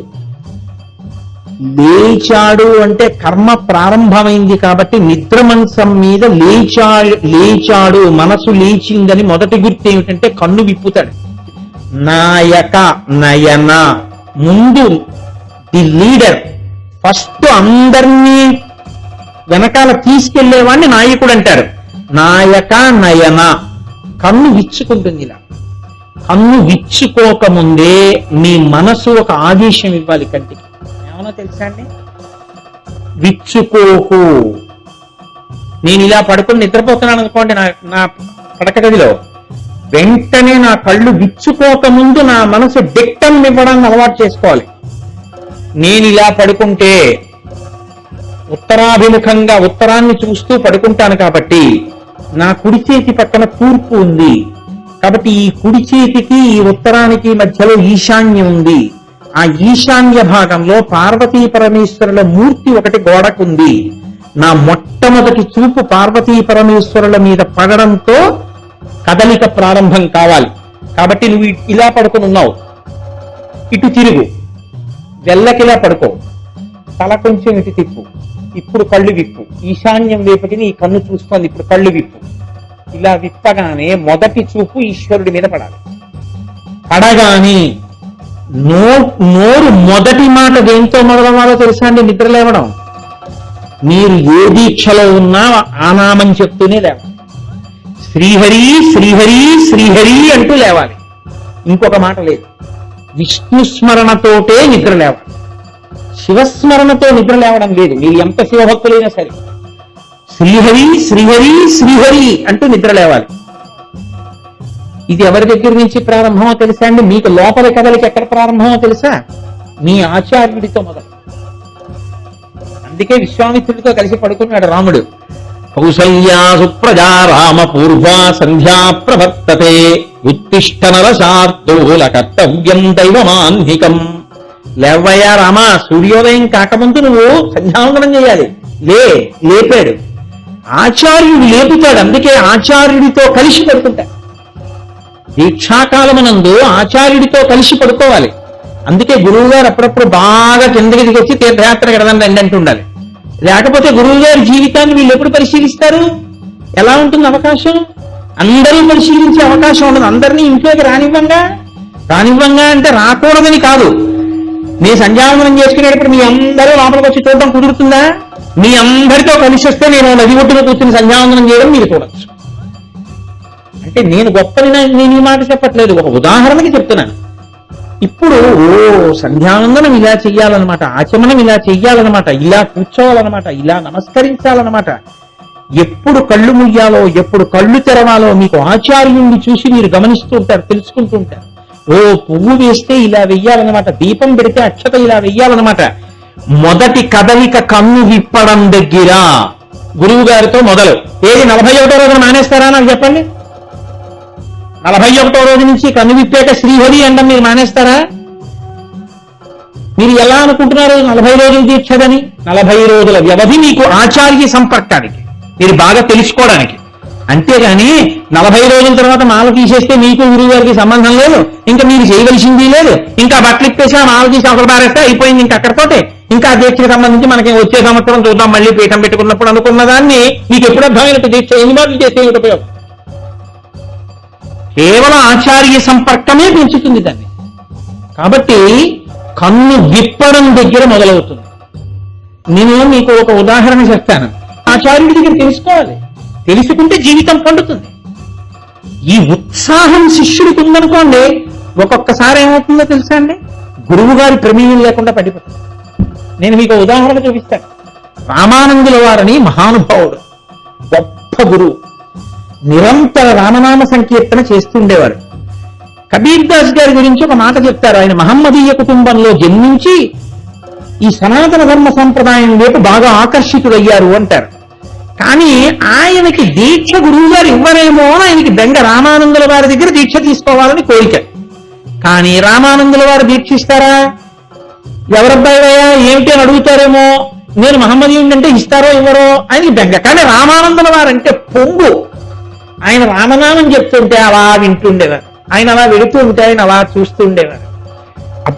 ఆ గురువు గారు ఒక్కసారి తన కాలుతో నన్ను తన్ని నాకు ఉపదేశం చేస్తే నామం చాలు, నా జన్మ పండిపోతుంది అనుకునేవారు. కానీ అడగడానికి భయం, ఇవ్వను అంటే ఇక వెళ్ళలేరు జీవితంలో. ఆలోచించి ఆలోచించి ఆలోచించి ఆ గురువు గారి మీద మీకున్న గురి చేత ఆయన గురువు అవుతాడు. మీకు గురి లేకపోతే ఆయనే గురువు అవుతాడు. ఎలా గురువు అవుతాడు మీకు? రామానందుల వారు తెల్లవారుజాము 4 గంటలకి గంగానదీ తీరంలో వెళ్ళిపోతున్నారు స్నానానికి. కబీర్ దాస్ గారు అడ్డంగా వెళ్ళి ఇసుకలో పడుతున్నారు. రామానందుల వారు రామచంద్రమూర్తి సరయూ నది స్నానం ఆలోచిస్తూ రామనామం చెప్పుకుంటూ వెళ్ళిపోతున్నారు చీకట్లో. అడ్డంగా పడుతున్న కబీర్ దాస్ గారిని చూసుకోకుండా తొక్కారు. గురువు గారు పాదం తగిలింది కదా. ఇప్పుడు ఏదైనా తగలకూడదు తగిలినా, తగలవలసింది తగిలి తెలిసి వచ్చినా, ఏది ఇష్టమైన నామో అది నోటి వెంట వస్తుంది. శివ అంటాం కదండి, అత రామరామ అంటాం కదా. రామానందుల వారు కబీర్ దాస్ గారికి ఒళ్ళు తగలగానే అయ్యయ్యో ఎవరినో తన్నానని రామరామ అన్నారు. ఆయన లేచి నమస్కారం చేసి గురువు గారు పాదస్పర్శ దీక్షతో రామనామం ఇచ్చారని స్వీకరించారు. కబీర్ దాస్ గారు అంత భక్తుడయ్యారు. గురిచేత గురువా, ఇచ్చినందుకు గురువా? మాల వేసుకుంటే గురువు గారు, ఇరుముడు తిరితే గురువు గారని మీరు అనుకుంటున్నారేమో. నేను అలా అనను. మీకు గురుండి మీరు ఏమైనా కొత్తగా ఆయన దగ్గర పొందితేనే నేను గురువు గారంట. లేకపోతే మీరెవరో ఆయనకి తెలియదు, ఆయన ఎవరో మీకు తెలియదు. 8 మాటలు దీక్ష చేశానండి. 8 మాటలు దీక్షలో ఎన్ని విషయాలు తెలుసుకున్నాను అనుకుంటున్నారు? ఇవాళ నేను నా జీవితం ఇంత బాగా అనుష్ఠానం చేయగలుగుతున్నానంటే అయ్యప్ప స్వామి దీక్షల మహాత్యం. ప్రతి 40 రోజులు గురువు గారితో స్పర్శ. 1 సంవత్సరం 40 రోజులు నేర్చుకునేటప్పటికీ వచ్చేసారి మాల వేసుకుని గురువు గారి దగ్గర ఎలాగైనా సరే ఈసారి ఈ విషయాలన్నీ తెలుసుకోవాలి, నైమిత్తిక కర్మలన్నీ తెలుసుకోవాలి. ఉత్సాహం మీకు పొంగిపోతుంది అనుకోండి. ఎవరి కోసం చెప్తారండి గురువు గారు? దూర వెళ్ళి పొదుగులో బుద్ధితే పాలు వదిలిపెట్టేసిన ఆవులో విడిచిపెట్టేస్తారంతే, తనకున్న అనుష్ఠాన బలాన్ని, తనకున్న జ్ఞానాన్ని. అసలు నువ్వు గుర్తిందేది వితరంటే నా ఉద్దేశం గురువు గారిని వెళ్ళి తాడనం చేయమని కాదు. అసలు నువ్వు ఆయన పాదాలు పట్టుకుని నేర్చుకుందామని అడిగిందేది. దేనికి వచ్చింది దీక్ష? అది కాదు దీక్ష అంటే. నేను క్షమింపబడవని గాక. దీక్ష అన్న మాటకు అర్థం మీరు పొదగబడాలి, మీరు పెంకు పగిలి పిల్లగా పైకొచ్చే ప్రక్రియ ఉండాలి. అది లేనప్పుడు ఎన్ని మాటలు చేసిన తర్వాత అయినా ఏమయ్యా నీకు తెలుసా? నాకేం తెలియదండి. ఎప్పుడూ ఏం తెలుసు, ఏవో 8, 9 రూల్స్ తెలుసు అంతే. అదే దీక్ష. అలా అనుకుంటే ఎలా అవుతుంది? అది మీ జీవితాన్ని పండించేది కాదు. పరిపూర్ణంగా శరీరాన్ని మీరు ఇబ్బంది పెడుతున్నారేమో. మనస్సు ఏమి కొత్తగా పక్కన ఏం కావట్లేదు, పుట్ట మీద కొడుతున్నారేమో, పాముకేం దెబ్బ తగలటం లేదు. కాబట్టి చూడండి, దీక్షయందు నిత్య కర్మానుష్ఠానమును ముందు గురువు గారు మొదలు పెడతారు. ఆచార్య స్పర్శ చేత అక్కడ ప్రారంభం చేస్తారు. నిత్య కర్మానుష్ఠానములో ఆచార్య స్పర్శ అంటే ఎలా ఉంటుందో నేను మీకు ఒక ఉదాహరణ చెప్తాను. దీక్షితుడైన వాడు నిలబడి దంతధావనం చేయకూడదు. అలా కాని చేశాడనుకోండి, ఉత్తర క్షణంలో దీక్షా భంగము చేసేసినట్టే. దీక్షయందు నియమములను పాటించడానికి మీరు అంగీకరించారు కాబట్టి ఏ దిక్కుకు పడితే ఆ దిక్కుకు తిరిగి మీరు ముఖ ప్రక్షాళన దంతధావనం చేయకూడదు. దీక్షితుడని గుర్తు ఏమిటంటే తూర్పు ఎటో అటుకి తిరిగి కింద కూర్చుని ఉత్తరేణి పుల్లతో దంతధావనం చెయ్యాలి. ఉత్తరేణి పుల్లతోనే ఎందుకు చేయాలండి అంటే, ఆ ఉత్తరేణి గురించి ఎంతో ఉంది, నేను ఎక్కడ చెప్పను, మీ ఆచార్యులను అడగండి మీకు చెప్తారు. ఆ ఉత్తరేణి పుల్లతో దంతధావనం చెయ్యాలి. దంతధావనం చేసిన తరువాత అసలు అది కూడా కాదు, నిత్యకర్మ అక్కడ కూడా ప్రారంభం అవుతుంది. నిద్ర లేవగానే మీరు శ్రీహరి శ్రీహరి శ్రీహరి అని 3 మార్లు అన్న తర్వాత భూమి మీద కాలు పెడుతూ సముద్రవసమేదేవి పర్వత స్తనమండలే విష్ణుపత్ని నమస్తుభ్యం పాదాహతిం క్షమస్వమే అని చెప్పాలి. అమ్మా, నీవి విష్ణుపత్ని, భూమాతవి, నన్ను కన్న తల్లివి, కానీ నా కాలు పెట్టి తొక్కడం వినా నాకు మార్గం లేక కాలు పెడుతున్నాను, నన్ను మన్నించు అని ప్రణిపాతం చేసి నేల మీద పడి నమస్కారం చెయ్యాలి. అసలు భూమాతకి నమస్కారం చేయకుండా చదివిన వాడికి దీక్ష ఏంటండి? అబ్సర్డ్, అసందర్భం. వాడికి అసలు దీక్ష తెలియదు. వాడు దీక్షా భంగనం చేయువాడు. పోతన గారు భాగవతం చేస్తూ అంటారు, వ్రతములు చేయుటనొక్కమారైన ఎవ్వారి స్మరించినతనై వ్రతభంగంబులు మానునట్టి వరదం వామాక్షు ఇక్షించియం గత చేలా ప్లవనంబునేడు వ్రతభంగం వంతు చింతించి పాలతటంజస్త కరబ్జలై సరసలీలం వృత్తిరట్లందరూ. దీక్ష అంటే ఉన్నతి, పైకెక్కుతుండాలి. దిగుతూనే నేల మీద పడి నమస్కరించాలి. భూమాతకి నమస్కరించిన వెంటనే గురుపాదములను స్మరణ చేసి దూరంగా గురువుగారు నించుంటే తాను నమస్కరించినట్టు నమస్కరించాలి. ఎందుకంటే స్నానం చేయలేదు ఇంకా. నమస్కరించి లేచి కూర్చుని ప్రాణాయామం చెయ్యాలి. ప్రాణాయామం చేసిన తర్వాత అప్పుడు దంతధావనానికన్నా ముందు కాలకృత్యాలు విడిచిపెట్టడానికి ఊరికి దూరంగా ఉన్న ప్రదేశానికి వెళ్లి కాలకృత్యాలు తీర్చుకోవాలి. కాలకృత్యాలు మౌనంగా తీర్చుకున్న తరువాత వచ్చి స్నానం మొదలు పెట్టాలి. స్నానానికి ముందు దంతధావనం, తూర్పు దిక్కుకి తిరిగి మాత్రమే ఉత్తరేణి పుల్లతో దంతధావనం చెయ్యాలి. దంతధావనం చేసిన తరువాత స్నానం మొదలు పెట్టాలి. స్నానము ముఖ్య స్నానము గౌణ స్నానము అని 2గా విడిపోతుంది. మీరు ఎలా పడితే అలా స్నానం చేయడాన్ని శాస్త్రం అంగీకరించారు. అందులో దీక్షితుడు ఎలా పడితే అలా స్నానం చేస్తే వెంటనే పోతుంది, అంతే. ఆ దీక్ష భంగమైపోతుంది. అందుకే దీక్షాభంగము అంటారు. దీక్ష ఎందుకు పోతుంది అంటే, మీరు ప్రతి స్థితిలో నియమ పాలనం చేయకపోతే వెంటనే పోతుంది దీక్ష. దీక్షా భంగములను చేసుకుంటూ వెడుతూ నేను దీక్ష చేస్తున్నాను అని చెప్తే అది ఎంత దోషం మీరు చూడండి. నియమములను పాటించాడా, నియమోల్లంఘనం చేసుకుంటూ వెళ్ళాడా? ప్రతిరోజు నియమోల్లంఘనం చేశాడు. చేసి నేను నియమములను పాటించాను దీక్షితుడని చెప్తున్నాడు. ఎంత దోషం అది! స్నానము ముఖ్య స్నానము అని ఒకటి, గౌణ స్నానము అని ఒకటి. ముఖ్య స్నానము 6 విధములుగా మారిపోతుంది. ముఖ్య స్నానము 6 విధములలో మొదటి స్నానాన్ని మలాపకర్షణ స్నానము అంటారు. మలాపకర్షణ స్నానం అంటే అది తన శరీరమే తనకి కల్పించిన అశౌచాన్ని పోగొట్టుకోవడానికి చేస్తూ ఉండాలి. అందుకే దీక్షితులు తరచు స్నానం చేస్తారు. అన్నం తిన్నారనుకోండి, వెంటనే నవరంధ్రములు మలాన్ని వదిలిపెట్టేస్తాయి. పడుకున్నారనుకోండి, నవరంధ్రములు మలాన్ని విడిచిపెట్టేస్తాయి. మీకు కూర్చునుండగా కునుకొచ్చిందనుకోండి, స్నానం చేయాలి వెళ్ళి. లేకపోతే నవరంధ్రములలోకి మలం వస్తుంది, చెవిలోకి గులి వస్తుంది, కంటిలోకి పుష్ వస్తుంది, మూత్రనాళం దగ్గరికి మూత్రం వచ్చి చేరిపోతూ ఉంటుంది, చుక్క చుక్క చుక్క చుక్క. పెద్ద ప్రేగుల్లోకి మలం చేరిపోతూ ఉంటుంది, నవరంధ్రముల దగ్గర మలం ఏర్పడుతూ ఉంటుంది. ఈ మలం ఉంటే దీక్ష నిలబడదు. కాబట్టి నవరంధ్రములలో మలం పేరుకుంది అనే అనుమానం వచ్చినప్పుడల్లా స్నానం చేయాలి. దాన్ని మలాపకర్షణ స్నానము అంటారు. అది మొదటి స్నానం ముఖ్య స్నానంలో. రెండవ స్నానం దేవకార్యాన్ని కానీ పితృకార్యాన్ని కానీ ప్రారంభం చేసే ముందు చేసేటటువంటి స్నానాన్ని క్రియాంగ స్నానము అంటారు. క్రియాంగ స్నానం చేసేటప్పుడు మీరు ఎలా పడితే అలా చేయడాన్ని శాస్త్రం ఒప్పుకోదు. మీరు శాస్త్రం చేసే ముందు నీటి వంక చూసి నమస్కారం చెయ్యాలి. నమస్కారం చేసి ఒక మంత్రం చెప్పాలి. గంగేతి యమునేతి ఇవ గోదావరి సరస్వతి నర్మదే సింధు కావేర్యౌ జలేస్మిన్ సన్నిధిం కురు అని చెప్పాలి. ఓ నదులారా, మీ అందరూ ఈ జలములలో ప్రవేశించండి. ఇప్పుడు భాగవతంలో 16,000 మంది కన్యల్ని తీసుకొచ్చి కారాగారంలో పెట్టినప్పుడు, జరాసంధుడు లోపల పెట్టినప్పుడు, విడిపించినప్పుడు కృష్ణుడి దగ్గర వాళ్ళందరూ కలిసి చెప్పారు, కృష్ణాయ వాసుదేవాయ హరయే పరమాత్మనే ప్రణత క్లేశనాశాయ గోవిందాయ నమో నమః అనాలి.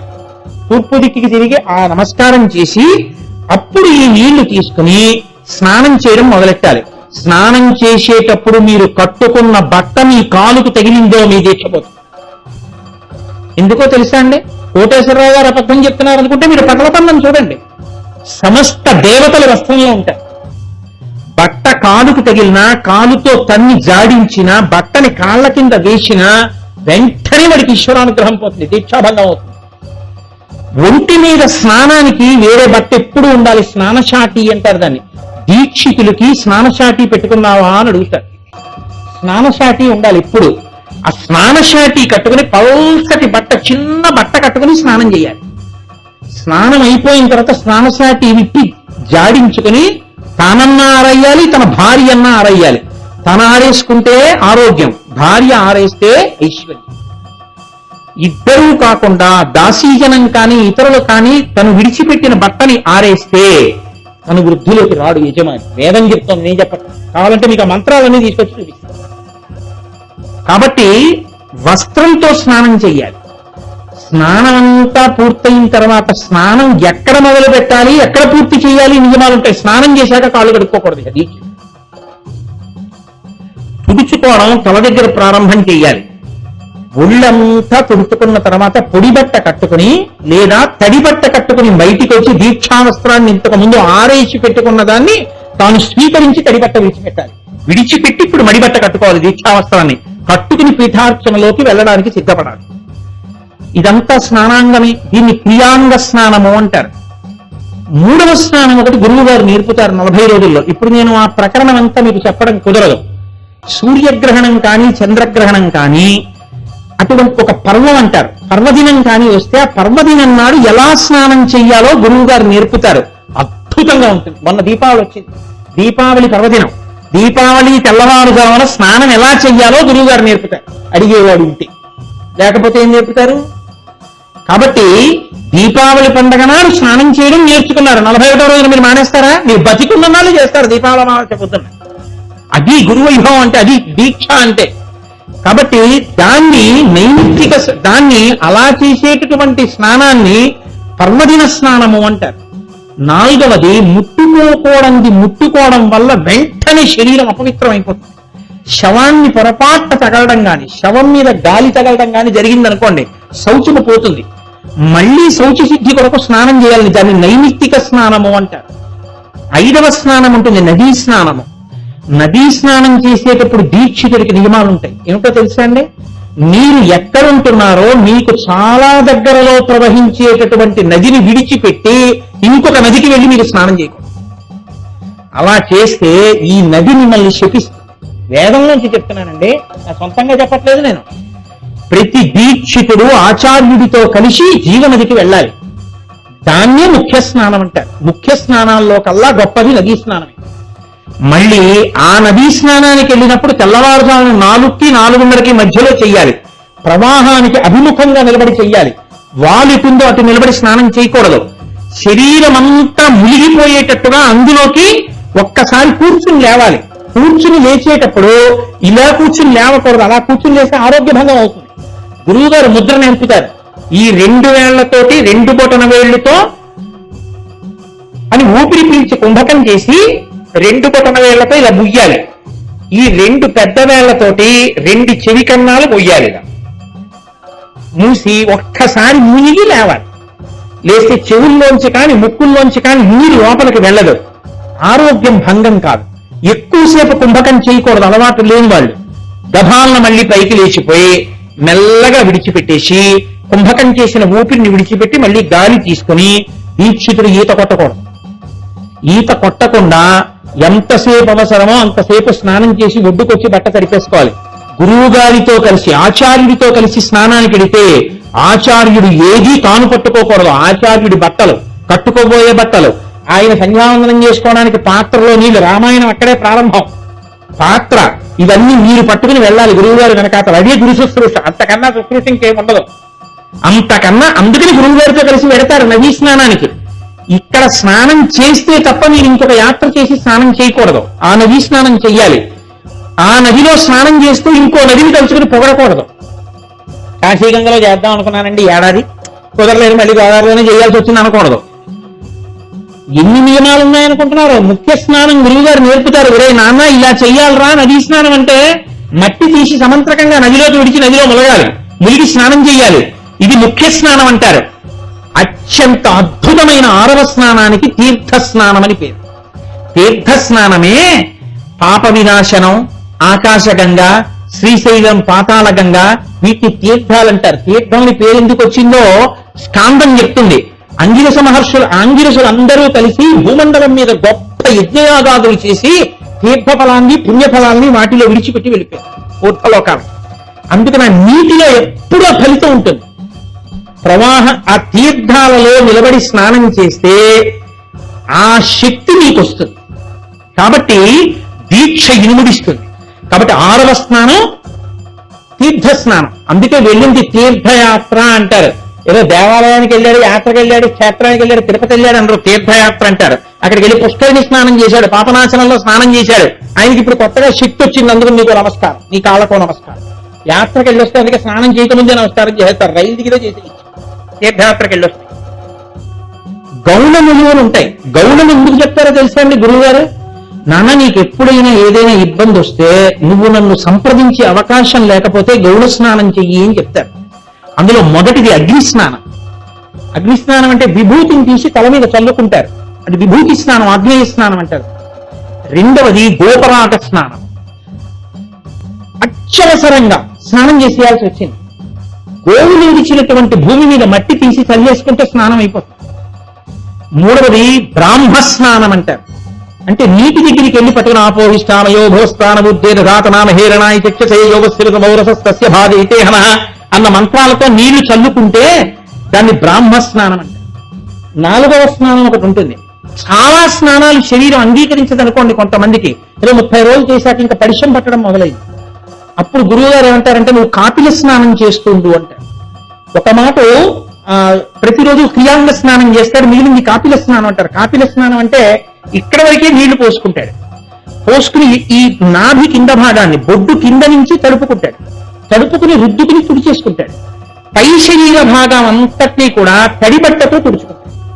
తుడుచుకుని పొడి బట్టతో తుడుచుకుంటాడు. దాన్ని కాపిల స్నానం అంటారు. అటువంటి కాపిల స్నానం చేస్తారు. ఇప్పుడు నేను మీకు 4 స్నానాల్లో ఉంది చెప్పాను.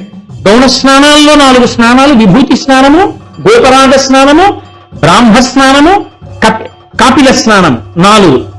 5వ స్నానం ఉంటుంది. ఈ స్నానం అసలు నేర్చుకోవడానికే 40 రోజుల దీక్ష. ఈ స్నానము యొక్క పరాకాష్ఠ ఇరుముడి. అది నీకు వస్తేనే గురువుగారు కట్టాలి ఇరుముడి. నాకు 40 అయిపోయిందంటే కట్టాలనేది లేదు. నిన్ను అడిగి నువ్వు పరిణితి లేకపోతే ఇంకో 10 రోజులు చేయడా అని చెప్పచ్చు గురువుగారు. ఏమిటో తెలుసా అండి ఆ స్నానం? అది ఈశ్వరుణ్ణి పైనుంచి కిందకి, కింద నుంచి పైకి చూడగలగ. అయ్యప్పని చెప్పరా కళ్ళు మూసుకుని అన్నారు అనుకోండి. కళ్ళు మూసుకుని అయ్యప్ప కూర్చోవడం, పాదాలు, మోకాళ్ళు, యోగపట్టం, చేతులు, చిన్ముద్ర, ఎడం చెయ్యి మోకాల మీద పెట్టుకోవడం, కుడి చేత్తో పట్టుకున్న ముద్ర, ఆయన గుండెలు, ఆయన కంఠం, కంఠం మీద త్రివళలు, ఆయన బుగ్గలు, ఆయన నుదురు, ఆయన ముక్కు, ఆయన కళ్ళు, ఆయన కిరీటం, ఆయన చిరునవ్వు, ఆయన తేజస్సు అంతా వర్ణించేసి ఆయన మెడలో పూలమాలలు, విభూతి పోస్తే ఎలా ఉంటాడు, తేనె పోస్తే ఎలా ఉంటాడు అన్నీ చెప్పేశాడు అనుకోండి. ఇస్తున్నాను రా ఇరుముడు అంటే.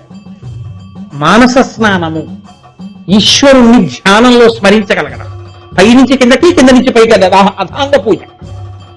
ఇది 12 స్నానాల్లో పరమోత్కృష్ట స్నానం. అసలు అలా చేసేవాడి దగ్గరికి ఏ అశౌచం రాదు. కాబట్టి మానస స్నానము. 12వ స్నానం శబ్దం దివ్య స్నానము. దివ్య స్నానము అంటే అదంతా ఇప్పుడు నేను వర్ణించడం చాలా కష్టం, సమయం లేదు. ఉదకము అన్న మాటకి చాలా పెద్ద అర్థం చెప్తుంది వేదం. ఆ ఉదకములు మేఘమండలంలోంచి భూమి మీద పడేటప్పుడు దాన్ని ఆ దృష్టికోణంతో చూసినటువంటి ఆనందం ఉత్పన్నమైతే పైన ఉన్న చొక్కా తీసి అవతల పారేసి ఆ రెండు చేతులు పైకెత్తి వర్షధారల కింద పొంగిపోతూ గంతులేస్తూ చేసే స్నానాన్ని దివ్య స్నానం అంటారు. 12 స్నానాలు గురువుగారు నేర్పుతారు. ఇందులో నేను ఏదో అలా చదివేశానంతే. ఒక్కొక్క స్నానం గురువుగారి దగ్గర నేర్చుకుని మీరు స్నానం చేస్తున్నారనుకోండి, మీకు ఆ స్నానం అంటే ఏమిటో, స్నానం చేస్తే మీకు ఎలా తేజస్సు కలుగుతుందో, ఎంత శక్తి వస్తుందో, మీ మనసు ఎలా నిలబడుతుందో, దానికి ఎందుకు స్నానం అని పేరు, మీరు చేస్తే ఎందుకు స్నానమో, ఈశ్వరుడికి చేస్తే ఎందుకు అభిషేకమో మీరు వింటున్నారనుకోండి. నాకు చెప్పండి, మీరు ఇరుముడి కట్టుకుని వెళ్ళొచ్చేసిన తర్వాత ఇంకా మీకు అక్కర్లేదు. అది ఊపిరి ఉన్నంత కాలం కావాలి. మీరు అలా స్నానం చేయకుండా ఉండలేదు. ఇక పైగా గురువుగారి దగ్గర కిందటిసారి ఇదే నేర్చుకున్నాను, ఇంకా నేను ఎన్ని నేర్చుకోవాలో, 12 స్నానాలు నేర్చుకోవాలి, తీర్థయాత్ర అంటే ఏమిటో తెలుసుకోవాలి, ఆచమనం అంటే తెలుసుకోవాలి, భస్మధారణ అంటే ఏమిటో తెలుసుకోవాలి, వస్త్రం కట్టుకోవడం అంటే ఏమిటో తెలుసుకోవాలి, ఎన్ని నియమాలు ఇవన్నీ పాటించడంలో ఎంత ఆనందమని మీకు మీరు ఉత్సాహంగా నియమపాలనం చేస్తే మీ అంత మీరు నియమములకు కట్టుబడి ఈశ్వరుణ్ణి చేరుకుంటారు నిత్యనెక్కుతూ. దానికి దీక్ష అని పేరు. అందుకే ఇచ్చేవాడు పుచ్చుకునేవాడు ఉంటేనే దీక్ష. స్వయంగా ప్రకాశితులదే స్వయంభూలాగా దీక్ష. అంత గొప్ప దీక్షలలో సర్వోత్కృష్టమైనటువంటి దీక్షలలో ఒకటి అయ్యప్ప స్వామి వారి యొక్క దర్శనానికి సంబంధించిన దీక్షా విషయం. సరే, ఇవాళకి చాలు. 2 రోజుల ప్రసంగం అంటే ఓ 12 ఏళ్ళు చెప్పు, ఓ పుష్కరకాలం అంటే పెడుతుంది అంతే ఆ దీక్షలకు సంబంధించిన విషయాలు. అంతే కానీ ఏమైనా 2 రోజుల్లో చెప్పేదా? అన్నీ తెలుసున్న ఆచార్యులు ఉన్నారు. మీ అందరూ ఎన్నో మాటలు చేసి ఆచార్యుల దగ్గర నేర్చుకున్న వాళ్ళు. ఏదో నా వాచాలత్వం నేను అలా మాట్లాడతాను.